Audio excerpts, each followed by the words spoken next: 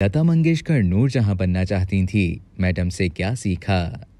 बरसगीर की अजीम गुलकारा मलका तरन्नुम मैडम नूरजहां के गीतों की अवामी मकबूलियत और पजीराय ने उन्हें फ़न गायकी की दुनिया में मलका तरन्नुम बनाया। वो ना सिर्फ अजीम गुलकारा थीं बल्कि अपने ज़माने की सफ़े अव्वल अदाकारा भी थीं। नूरजहां के तवील इंटरव्यू पर मबनी एक किताब कहाँ तक सुनाऊं में एक मज़ेदार किस्सा बयान किया गया है कि बचपन में एक हादसे के बायस मैडम नूरजहां का दाया कान नाकारा हो गया था, जिसकी वजह से वो एक हेडफोन लगा करके गाना रिकॉर्ड कराती थी।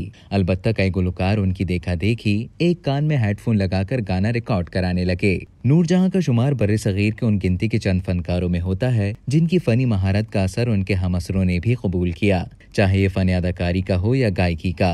फन मौसीकी में लेजेंड का दर्जा हासिल करने वाली लता मंगेशकर भी मैडम नूरजहां की उतनी ही बड़ी मद्दा थीं कि उनके जैसी गुलकारा बनना चाहती थीं। मारूफ भारतीय सहाफ़ी गणेश अनंत रामान की किताब बॉलीवुड मेलोडीज के मुताबिक लता मंगेशकर का कहना था कि बतौर गुलकारा करियर के आगाज से कबल ही वो नूरजहां से मुतासिर थीं कि एक तो उनका स्टाइल मुनफरिद था और दूसरा उनकी आवाज़ भी कमाल थी। उन्होंने कहा कि क्लासिकल मौसीकी में तरबियत हासिल करने की वजह से उन्हें अंदाज़ा था कि फिल्मों में गुलकारी के लिए क्या अलग करना पड़ता है।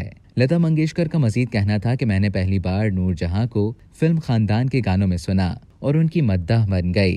लता मंगेशकर ने मलका तरन्नुम नूरजहां से पहली मुलाकात के बारे में बताया था कि जब 1944 में फिल्म बड़ी माँ की शूटिंग के लिए वो कोल्हापुर आई तो मुझे उनसे मिलने का मौका मिला और मैं सारा वक्त उन्हें देखती ही रहती थी। लता ने बताया कि नूरजहां दीदी को मालूम था कि मैं गाना गाती हूँ, इसीलिए रोज उन्हें गाना भी सुनाती थी, जिसके बाद वो मुझे दुआएं भी देती थी। लता मंगेशकर ने कहा था कि उन्होंने करियर के आगाज में नूरजहां बनने की कोशिश की क्योंकि वो उन्हें ही सबसे बड़ी गुलकारा मानती थी। उन्होंने बताया कि मैडम को ही सुनकर मैंने अपना उर्दू का तलफ़्फ़ुज़ दुरुस्त किया और गाने में अल्फाज की अदायगी सीखी। लता मंगेशकर ने उस तासुर को रद्द किया है कि अगर नूरजहां पाकिस्तान न जाती तो उन्हें वो मकाम नहीं मिलता जो उन्हें मिला।